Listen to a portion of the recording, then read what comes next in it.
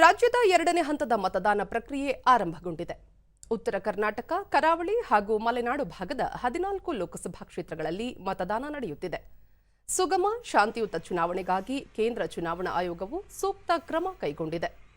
ಬೆಳಗ್ಗೆ 7 ಗಂಟೆಗೆ ಮತದಾನ ಆರಂಭಗೊಂಡಿದ್ದು ಸಂಜೆ 6 ಗಂಟೆಯವರೆಗೂ ನಡೆಯಲಿದೆ.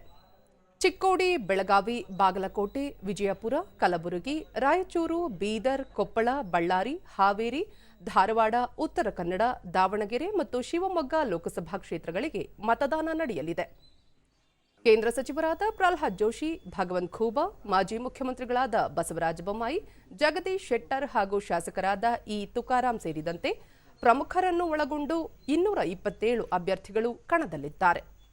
206 ಪುರುಷರು, 21 ಮಹಿಳಾ ಅಭ್ಯರ್ಥಿಗಳು ಸೇರಿದಂತೆ 117 ಪಕ್ಷೇತರ ಅಭ್ಯರ್ಥಿಗಳು ಅಖಾಡದಲ್ಲಿದ್ದಾರೆ.